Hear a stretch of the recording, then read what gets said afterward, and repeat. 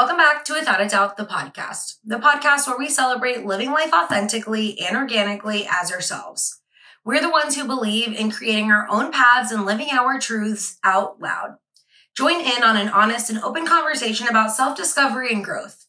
I'm your girl Mad, your host. I'm a freelance entrepreneur, a 30-something-year-old human that has never exactly done what is expected of me. I'm a sprinkle of reality, glimmer of sunshine, and as unfiltered as they come. I'm here to remind you that it's okay to live life different, that you don't have to be what is expected of you, and that your happiness, it matters. How many of you guys fast forward through that? Do any of you guys fast forward through that? Yes, I still record those every single time.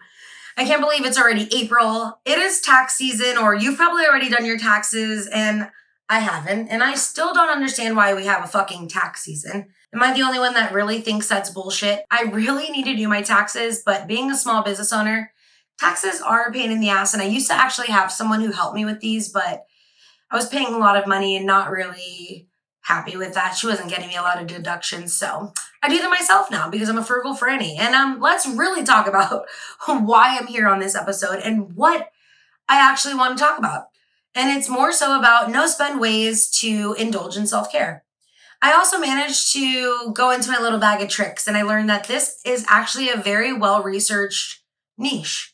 A lot of people are Googling currently how to indulge in self-care, but not spend any money. So before I really start this, I want to actually ask you, when you think of self-care, what is something that you think of? How often would you say that you actually partake in that activity of self-care for yourself? And what prompts you to practice self-care? Are you doing this in a time of reset, burnout, a moment of weakness? Are you only doing self-care as a reward? Or is self-care something that's a non-negotiable for you in your daily, weekly, or routine life? When we think of self-care, we probably think of facials, massages, spending loads of money on looking pretty or healing our soul. We think of therapy. We think of $7 coffee treats. We think of a materialistic splurge. We think self-care is all about what we need to do in order to lift our own spirit. And it totally is. But we can do it without spending money, or even we can do this on a really low, super duper low budget. Self-care is so important because it helps us to maintain our physical, our mental, our motivational, our emotional well-being. Engaging in self-care like exercise, relaxation, getting enough sleep, healthy eating, setting boundaries, all of these things are going to help you reduce stress, improve your mood, enhance just your quality of life. Prioritizing self-care is going to help you recharge, prevent the burnout, and better cope with the demands of daily life. And it is essential for maintaining a healthy work-life balance and promoting long-term happiness and health. But self-care is personal to every single person. What we find happiness, how we recharge, how we reward ourselves, all of that is personal. So I compiled a list of 10 ideas that you can indulge in self-care without spending any kind of money. Number 1, go for a walk in the sunshine, maybe even near some water.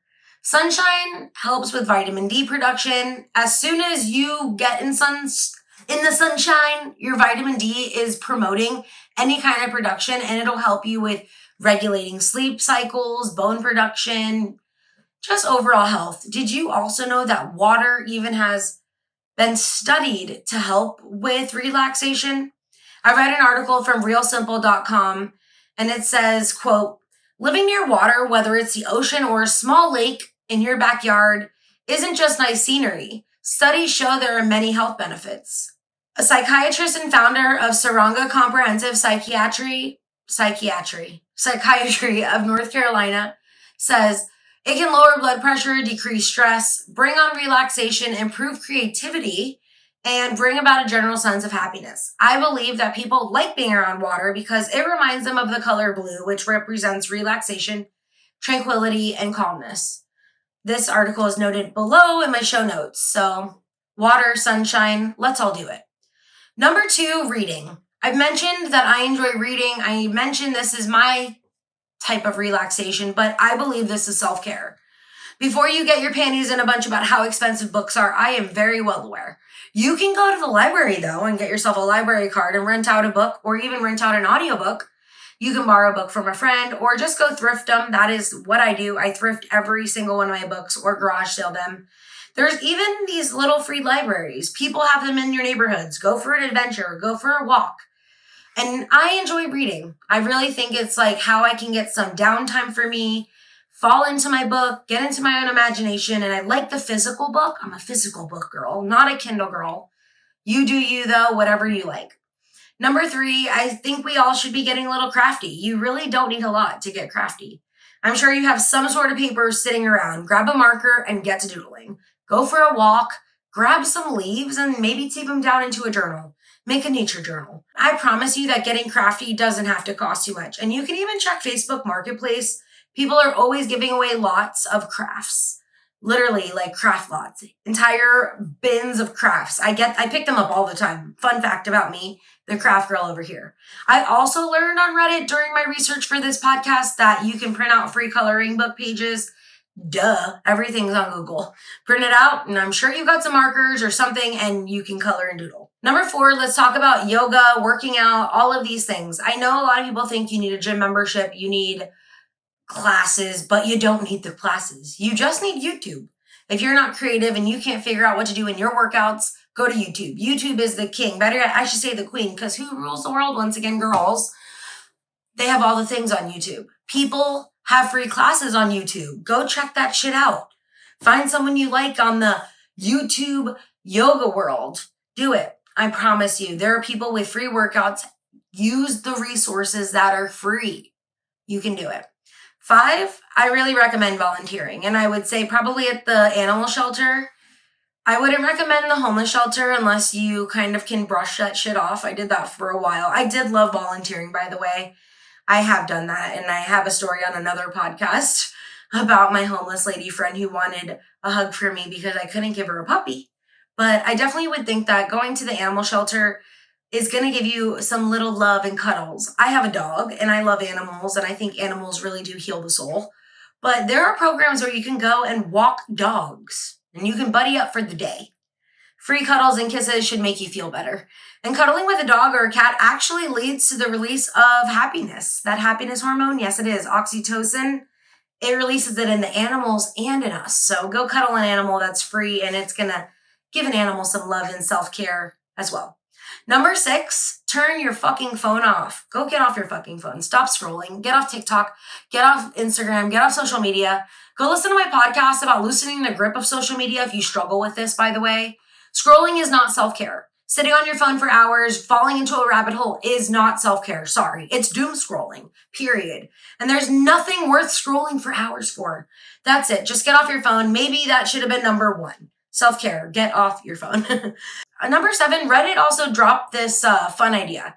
And it's true because Kendra, my girlfriend, does this all the time. I don't know why I didn't think about this. A lot of places, fast food places, coffee, gas station, they have apps and they have free rewards. Murphy's gas station actually had 12 days of Christmas and gave away free drinks, a free drink a day. And you know, we fucking were there every day. Kendra and I were running to Murphy. All you had to do was claim it on the app and go check it out. And I have a ton of different drinks in my cabinet currently, including orange sodas and things that I don't drink, but we got them for free. It was just a fun adventure to go get them. Dunkin' even gives out free coffees. So if you're not part of that reward program, go do it. You can get free things for your birthday. And a lot of those times, those things are for the whole month. So use the apps. Free shit is fun. There's also an Instagram account called The Freebie Guy. He always shares deals. Go for an adventure. Go get the free coffee. I promise you it's fun. It's self-care. Free stuff is fun. I don't know how to say that anymore. Number 8, learning a new skill. YouTube, once again, can I say this anymore? YouTube is queen. I know I say that most things, you're going to say like, oh, I need something to start this skill. I don't have that. I need this. I need to paint. I don't have paint. But what if maybe learning a new skill was language? You can learn that without anything other than YouTube and you. Well, you'll need Wi-Fi, but you can go sit at any place for free Wi-Fi. Maybe attempting to fix anything at home instead of buying something new. Go on YouTube and learn how to fix something.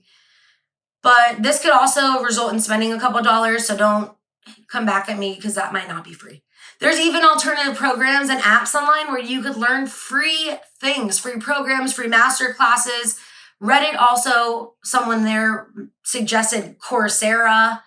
Doing something for yourself and accomplishing something and learning something new feels so good. Kendra and I were talking about this during my outline portion, and she was telling me this was her thing. She's like, I feel so accomplished when I can do something.